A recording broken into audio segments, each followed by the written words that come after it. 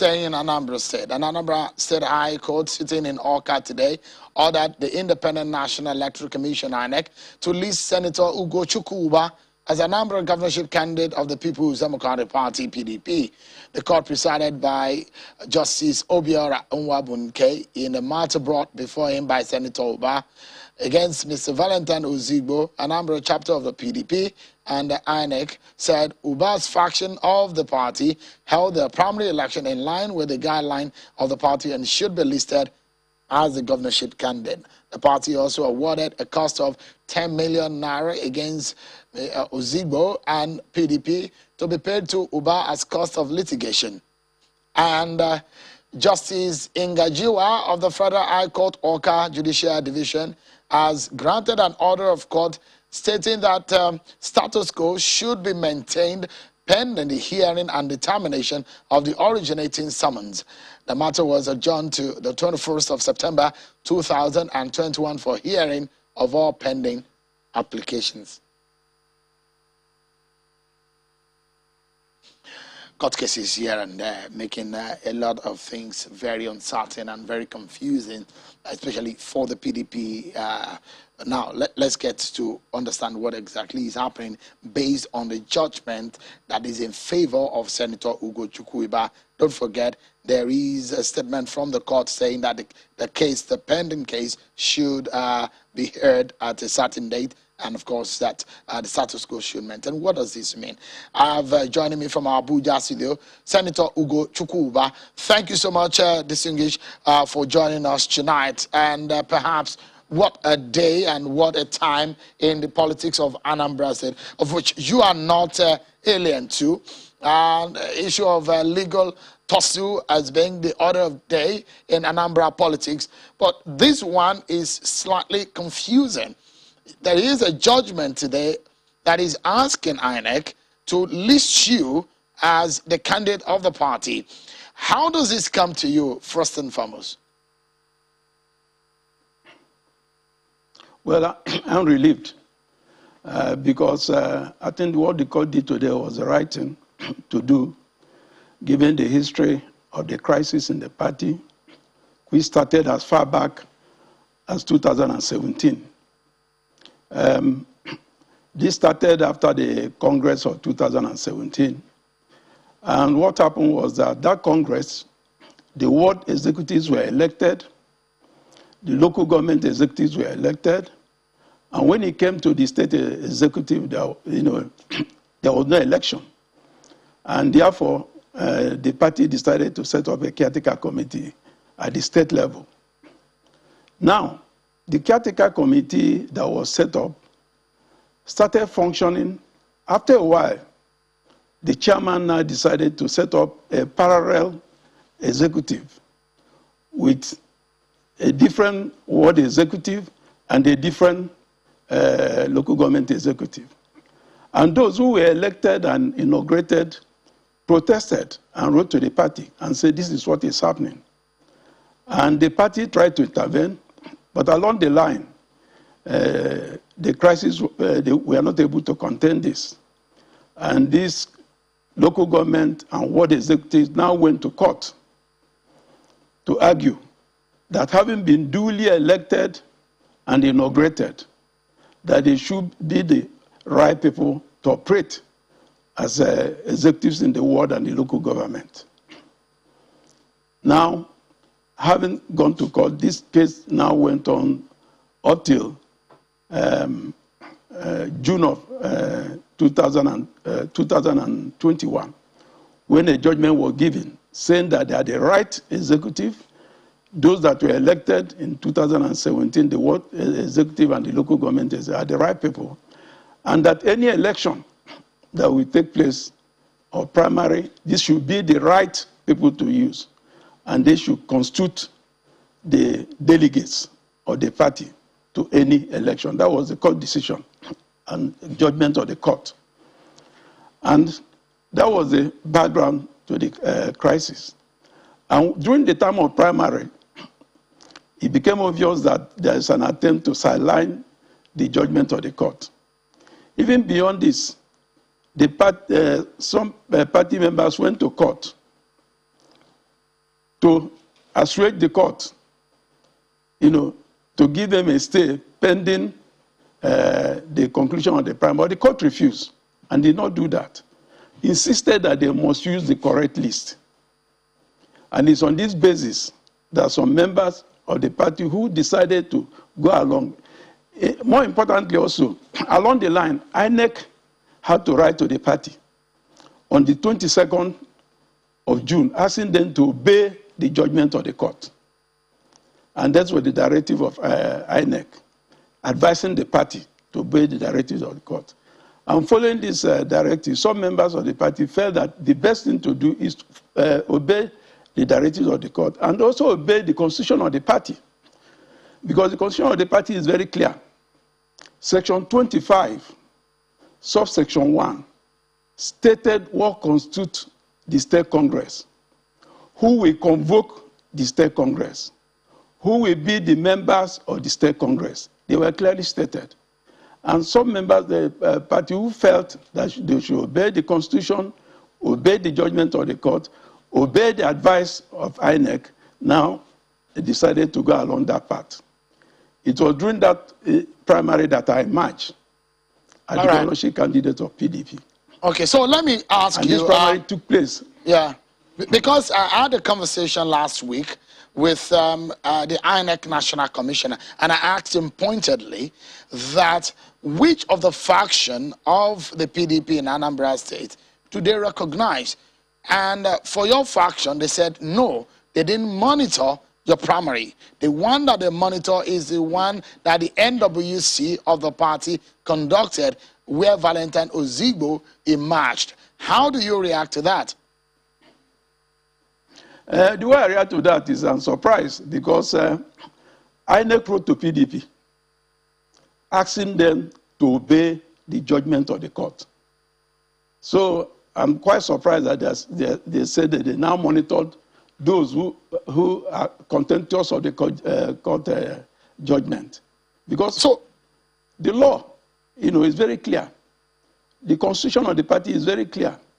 And they also recognize this. That was why they asked them, please obey this judgment so that whatever you are doing will be in line with the due process.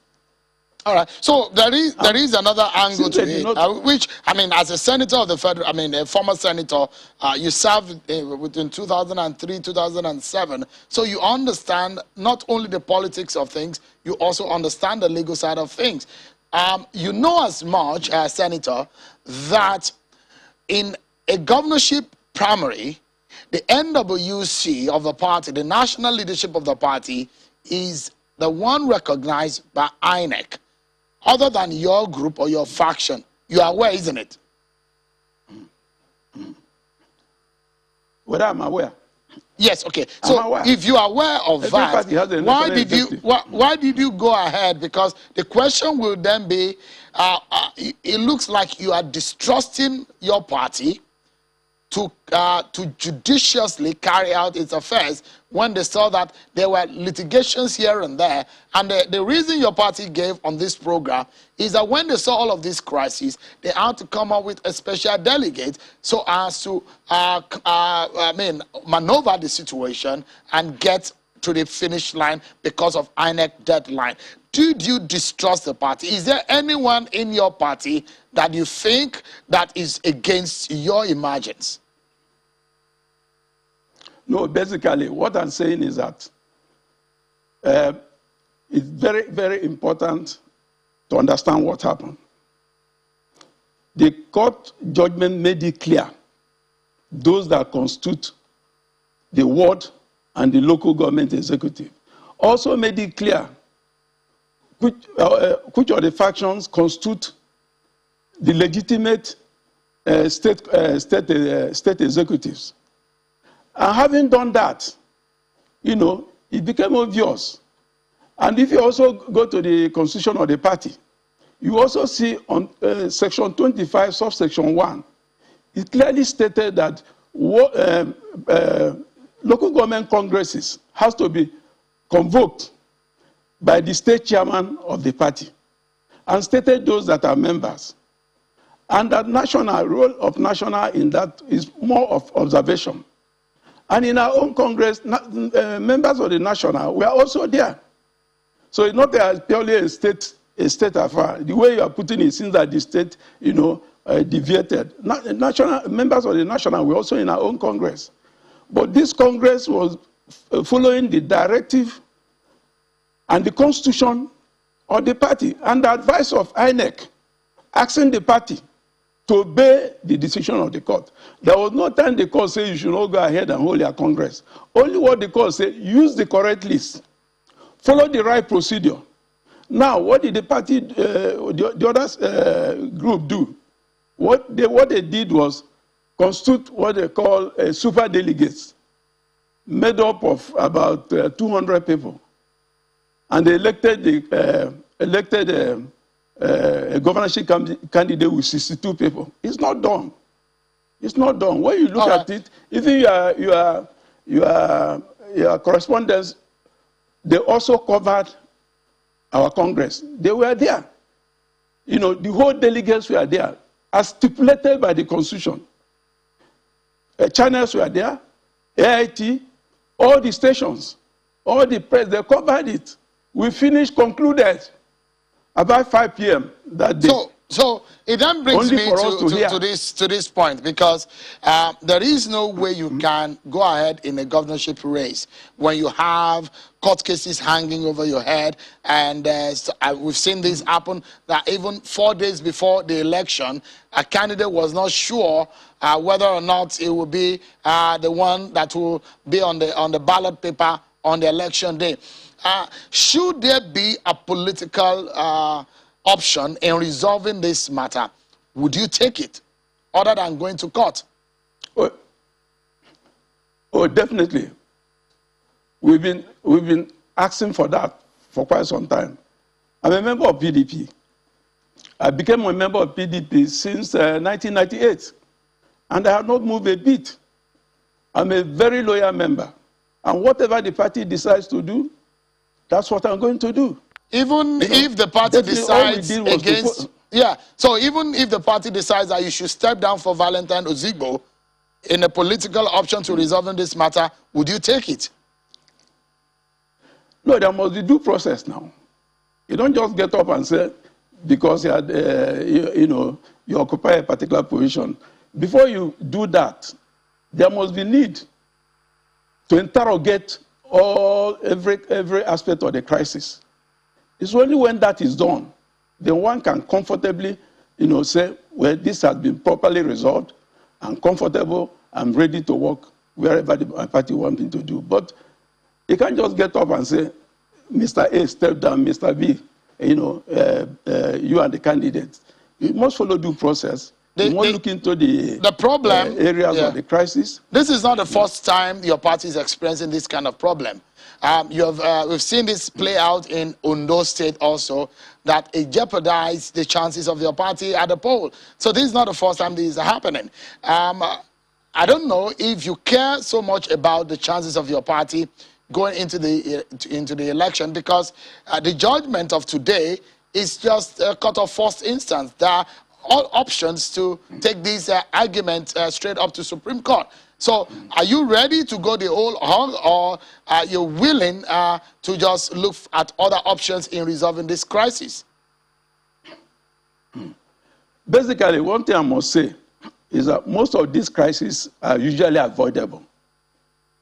And when they start brewing, once you tackle them as early as possible, you don't get to this type of situation. But when you allow the crisis to linger, it gets to a situation where we get to the level in which we are today. But I have no doubt in my mind, because if you look at the judgment today, he went into all aspects of the crisis. He addressed it completely. And when he came out with the decision that I'm the authentic candidate of PDP, I have no doubt in my mind that this judgment will be sustained at any level. So it's not question, it was just not a fluke. The judge sat, took a good look at it, went through all the aspects of the crisis, and came to this conclusion. And awarded me a cost of 10 million. It's not easy. forgot to do that because it's seen the authenticity of my argument. So it looks like your fight is against the establishment. You're fighting the institution that is your party, because the NWC. It's not true. Because the NWC conducted a primary that produced Valentine Ozigbo. So it's obvious that you are up against the institution, the establishment, your political party. So, super delegate is not known in our constitution. There's nothing like super delegate. You don't gather 196 people, and get them together, and from 196, you elect a governorship candidate with 62 votes. It's not done. I've been in PDP since 1998. So this is an aberration. And that's why the court also frowned at it.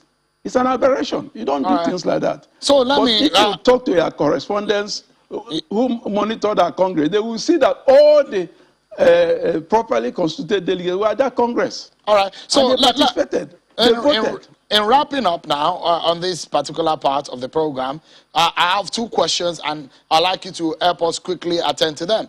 The first being that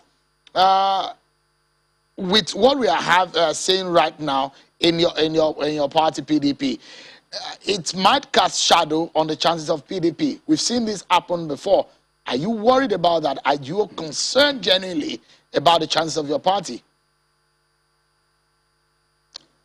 Well, basically, Anambra is a PDP state. When you get to Anambra, you find that out of the 3 senators, 2 are from PDP. When you get to the National Assembly, dissenting. So there's no doubt that my people are basically PDP. My state is basically a PDP state. And at any time we resolve it, PDP will carry the day. This is an assurance I'm giving you. On a final note, there's no doubt in my mind that PDP will carry it. I think wanting to be governor is in the veins and the blood of the Ubas. Yourself and your younger brother, Senator Andy Uba, you want to be governor. What is it about the Ubas and wanting to be governor of Anambra State? Is it something that you have a pact with Anambra people, or what exactly is happening? Just on the lighter note to finish up. Shehu, is there anything wrong in having an ambition? Or members of the family having an ambition? It's for the people to decide. And like I said in some other forum, this is not the first time siblings are vying for office. It happened several times in Nigeria. Father and son even vied for office in the 60s. There's nothing wrong about that. It's for the people to decide, the electorate to decide. Who do you think is more popular, yourself or your brother, in this race? The Anambarians will decide. I mean, you're a politician, and I put it to you, I'm asking you, do you think you're better in this politics than your brother, Andy? Well, if you look at my background, right? Basically, I'm an academician. I started in university. From that, I came in and served Anambra in various capacities, 2 times as Director General, 2 times as Commissioner in Anambra. I also served as a Senator in Anambra. I was also the Secretary of the Asset Sharing Committee between Enugu and Anambra. When Senator Ogochukwu, are you saying that are you saying you're better than Senator Andy? That's just what I want to ask. I mean, your people are watching from Anambra State. So I'm asking, between you and your brother, who do you think is better, who's fitter for the job? No, I'm giving you my background. Your background is out there. We can Google it. But tell us what we don't know, Senator. Between you and Senator Andy, who do you think is fitter? You, yourself, or Senator Andy? Anambra people will decide. Thank you so much, Senator Ogochukwu. Because all I did is to tell you my background, to see that I'm not going to learn on the job. Okay. This is something I've been doing. Thank you so much, Senator Ogochukwu. I will wish you the very best also, because you also need it. Thank you so much, Senator Ogochukwu, for joining us tonight on the program.